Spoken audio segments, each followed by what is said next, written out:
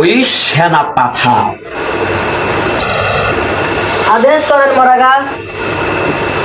আমার রাজ্যে কোথায় জালমুড়িওয়ালা আছে, ওকে এখনই আমার সামনে হাজির করো। যথাজ্ঞা মহারাজ।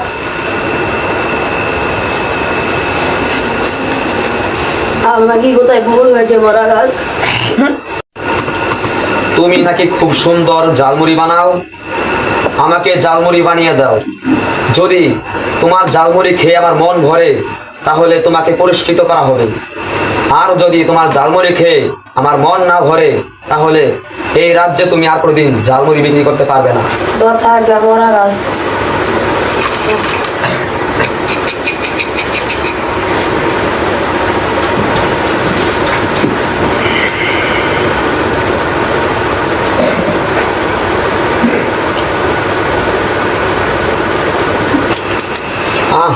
তোমার জালমুড়ি ভর্তা খেয়ে আমি খুব মজা পাইছি।